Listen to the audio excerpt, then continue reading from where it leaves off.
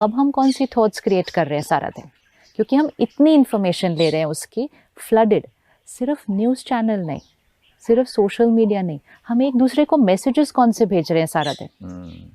मतलब every 10 minutes अगर आप अपना फ़ोन उठाएं और अपने सिर्फ मैसेजेस को चेक करें तो कोई ना कोई शुभ चिंतक बड़ी शुभ भावना से, लेकिन मैसेज यही भेज रहा है कि इतना फिगर हो गया, इस स्टेट में ये हो गया, अभी एक डेथ इस शहर में हो गई।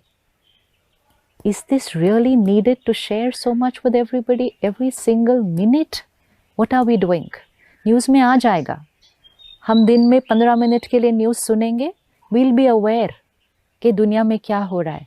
लेकिन अगर आप हर 15 मिनट के बाद वो सुनेंगे एंड उसका विजुअल देखेंगे और फिर उसी के बारे में सोचेंगे, फिर अगले 1 घंटे उसके बारे में बात करेंगे, फिर आपकी पूरी एनर्जी सिर्फ वो disease, death, panic, anxiety, and that's why that story was very nice, fear will take everybody. तो इन्फॉर्मेशन है, लेकिन हमें कितना लेना है, कितना कंज्यूम करना है, वो चॉइस हमारी है। वो चॉइस हमारी है। इफ़ वी रिमेंबर कि हमारी इन्फॉर्मेशन हमारी थॉट्स बना रही, तो अगर हमने कंटिन्यूसली वो इन्फॉर्मेशन ली तो हमारा फियर बढ़ जाएगा।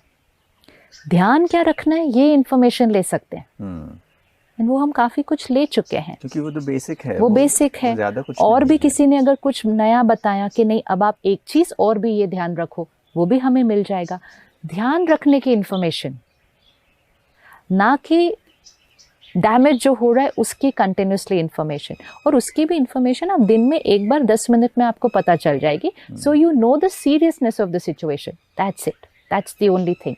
लेकिन कंटिन्यूसली अगर वही देखा पढ़ा, वही मैसेज ही 4 बार मिल गया और 4 बार सुन लिया, और फिर सिर्फ सुना और पढ़ा नहीं, औरों को सुनाया, फिर औरों को फॉरवर्ड किया, this is going to create a ripple effect of fear and anxiety. वो वायरस उतना फियर और एंजाइटी नहीं क्रिएट करेगा जितना ये इंफॉर्मेशन एक्सचेंज फियर और एंजाइटी क्रिएट करेगा।